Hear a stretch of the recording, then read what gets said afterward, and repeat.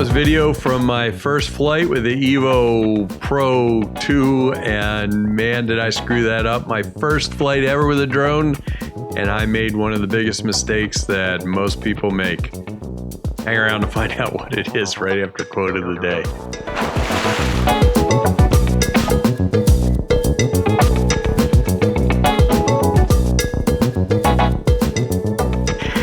Yeah, that was video from my very first flight with a drone and my very first flight with my brand new Evo 2 Pro. Yeah, I made a big boo-boo, and luckily it didn't cost me too much. But what I'm going to do today is invite you along for the ride. It won't be very long. For those that are new to drone flying, I'm just going to bring you along and show you some of the things that I kind of checked out and I learned before I made my first flight. Yeah, I'm still a little red in the face, a little embarrassed from that after all my prep. As some of you know, I'm an ex-Air Force pilot, so I actually did read the manual ahead of time and prep myself and highlighted it and did all the things I was supposed to do. And I felt really prepared when I went out, but yep, just made the boo-boo.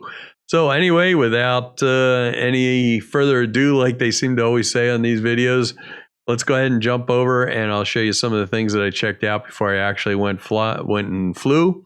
And then I'll just show you outright the boo-boo. I had some pretty good coverage of it too, luckily, with the cameras. And I guess you'll get to see it. Let's check some stuff out. Before we get started, let me say thank you for following the little guy down near the bottom there, and go ahead and subscribe to the channel. I really appreciate it. And also, even if you're not going to do that, just smash the like button. That helps out a lot. If you have any comments or questions or suggestions, please put them down below.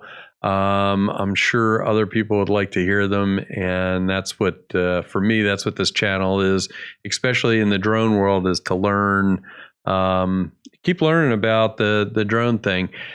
First off, I'll put a link above. I registered the drone, so the drone is registered.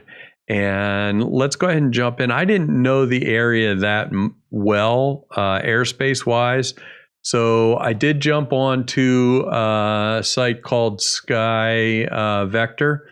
This is Philadelphia, and this is New Garden Airport, which is right near where I am.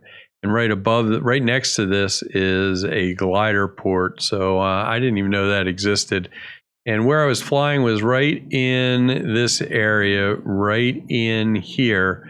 And as you can see, I'm right below at the outside of Philadelphia Airways. But that kind of gave me an idea, not that I'm going to go up to 4,000 feet, of what the area was like around here. And you can see which becomes important for drone pilots, the transition area, airspace category E, which drops from 12 to 700, if I remember correctly. Any other obstacles that are in the area. So this the Sky Vector may be something good for people to check out, especially whatever area.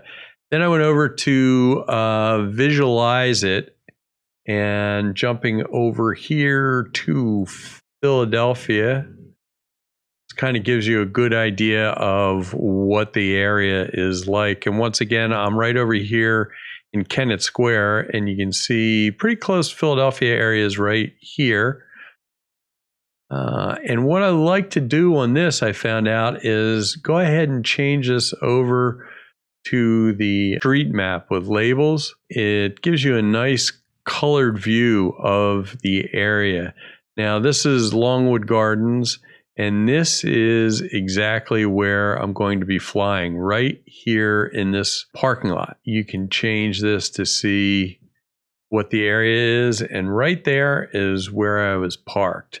Now, the thing is there, if you notice, there is a heliport right here that did not show up on the other map.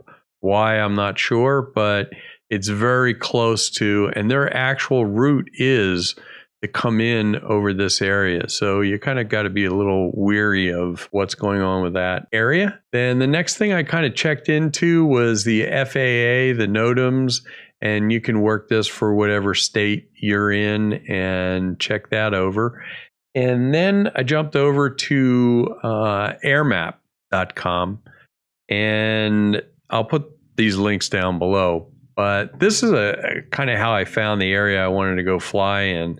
This is a really informative map, and I'll tell you why. Because I also use the app on the phone to kind of check things out, because it shows areas like this right here.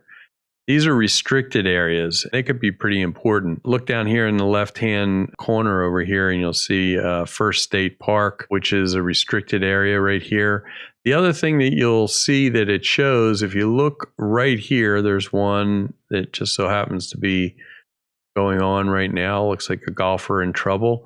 But first responders, you do not want to fly anywhere near where the first responders are responding, obviously. And for instance, up here's Valley Forge Park.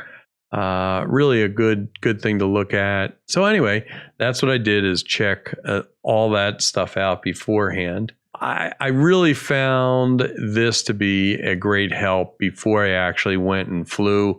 Now I think I'll just go check before you fly on the apps. I'll show you that in a second here. So this is over on the iPhone, and first thing I go to check is before you fly, you can go ahead and drop a pin right where you're going to fly. And as you can see, it says standby, and it goes out and checks and sees whether it's a good area to go fly in, and will let you know. The other thing is it will show you the restricted areas, and let's say you went to go drop a pin over there. It goes out and checks, and then will show you eventually that do not fly in this area. But as you can see over by the golf course, it does not have the information on it for the first responders. So if you go over to check on the air map, which we'll do in a second, it will actually show you. But there's the pin for where I'm actually going to go fly, and I did that right before I went to go fly, and it says you're good to fly. You can look at the details, and it'll tell you the 400-foot thing, remain visual, all that great information that you need. Now I jumped over to Air Map here, and as you can see, the map kind of looks the same, but if you look over to the right, you do have the restricted areas. But in addition, you also have the first responders. And, I definitely want to keep clear of them, because you have no idea what's going on over there. And if they're there, there's obviously some type of life-threatening emergency going on at the time, and you just don't want to get mixed up in that. So that's about it. And then if I have to file, if I'm in outside of airspace that I don't need to file, say if I was actually going to be in Philly and closer, I would go ahead and do that through Kitty Hawk. So that's just about all of the BS stuff, but I kind of felt like I had to go through that because some of the people that are watching this are kind of going through the same thing I am and trying to figure out where all the apps are. And, if you guys got anything, please put stuff down in the comments that'll help other people out. Would really, really appreciate it. But now on to the countdown for my first flight, and you get to see exactly what I did that was a screw up. Now remember, there's nothing that I've done with the video. This is, I believe it's 4K, everything's on auto. I could have cared less. All I cared about was getting the thing up and down and getting a chance to fly it a little bit and play with the controls. The first one is the total mistake, and then another takeoff. And then I'll just talk you through some of the things that I did afterwards and took it up to altitude a little bit, I think a couple hundred feet, and looked around to kind of see whether it stayed level, because I keep hearing things about, people's are not level. And well, anyway, let's go ahead and take a look. Start recording.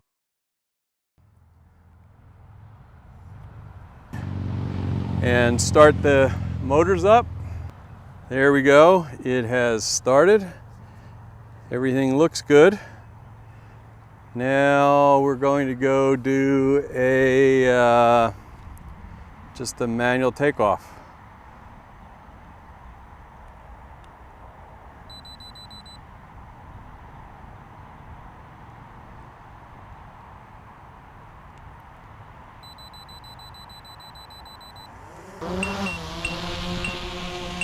And that's it.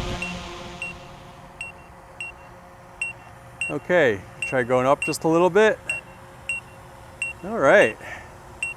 And turn left, turn right, just to see how, and that's pretty annoying, whatever that is, but I'm assuming since there's nothing else going on, it's showing me in the way. There we go. Turn it towards me. Oh shit. And of course, like an idiot. Now here I was concentrating so hard on the aircraft visually, I didn't even look to see what the image was that was coming through. I would have been able to tell as it was bobbling all over the place. I've got the gimbal on. What a moron. Okay, so big mistake number one. I'm gonna go ahead and turn this off. Hopefully damage it. So don't do what I did, purely nerves. I know you can't see it, but right here my hands were shaking because I thought I had just destroyed my drone. All right. So, mistake number one.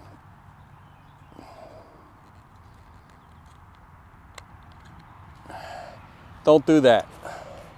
Let's try this one more time.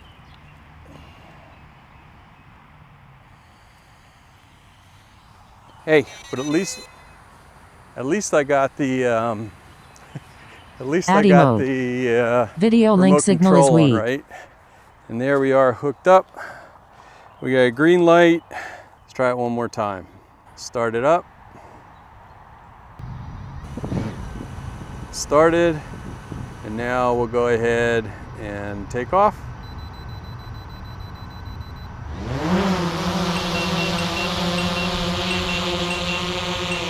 Go up a little higher so we can get out of the warning with me, or it's either the big shed behind me.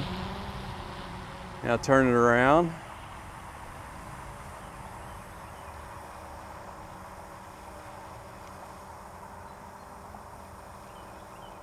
And there I am. All right. Actually, I guess that's the second flight in the bag. And then after that, I kind of jerked it around a little bit and had to convince myself that the stick on there to gain altitude was the opposite of a real airplane. When you pushed it forward, it went up, and when you pulled it back, it went down. And once I got that done, I decided to take it up and see whether I could jerk it around a little bit and see whether I could find out if there was any problems with the horizon, and kind of played with it a little bit right here just to see how steady, once I stopped playing with it, see how steady it sat. And it seemed to hold its position fairly well, so I was kind of happy with that. And then what I wanted to do is bring the gimbal up to see whether it still was level on the horizon. That's the parking lot I was in right there. And it seemed to be level to me. I had nothing really to compare it to, though. And kind of spun it around when it kind of moved it to the left. It kind of banked to the left a little bit, but I kept jerking it around, didn't let it sit still. And then when I finally came back to rest, it kind of leveled out. So I was more than happy with it. Sorry, didn't mean to make you dizzy here, but I was just doing that test thing. And once I stopped spinning it around, it leveled out. Here I was just playing around about a foot above the grass to see what I could do with it and have a little bit of fun, and kind of zoomed it about a foot or two over my head. And then I wanted to check it out and back it out and see how the avoidance system worked going into that little shed over there. I didn't go too fast at it though. I think at this point I definitely still had it in novice, so it was a little bit slower than normal, that's for sure. Well, that's about it. I wish there was something more to show you that was thrilling, but all I really did was just kind of fly it around low level and play with it a little bit. I'm going to take it out tomorrow and play with all the rest of this stuff. And then next, after that, I'll go out and start playing around with the camera and tweaking that a little bit. And anyway, thank you so much for joining me on this adventure. This is for first time flying a drone. For first time flying this one, obviously, I had an absolute blast. I can't wait to get into the camera and start playing with the still photography and playing with the video camera a little bit more in there and see what happens. It's going to be interesting, I can say that much.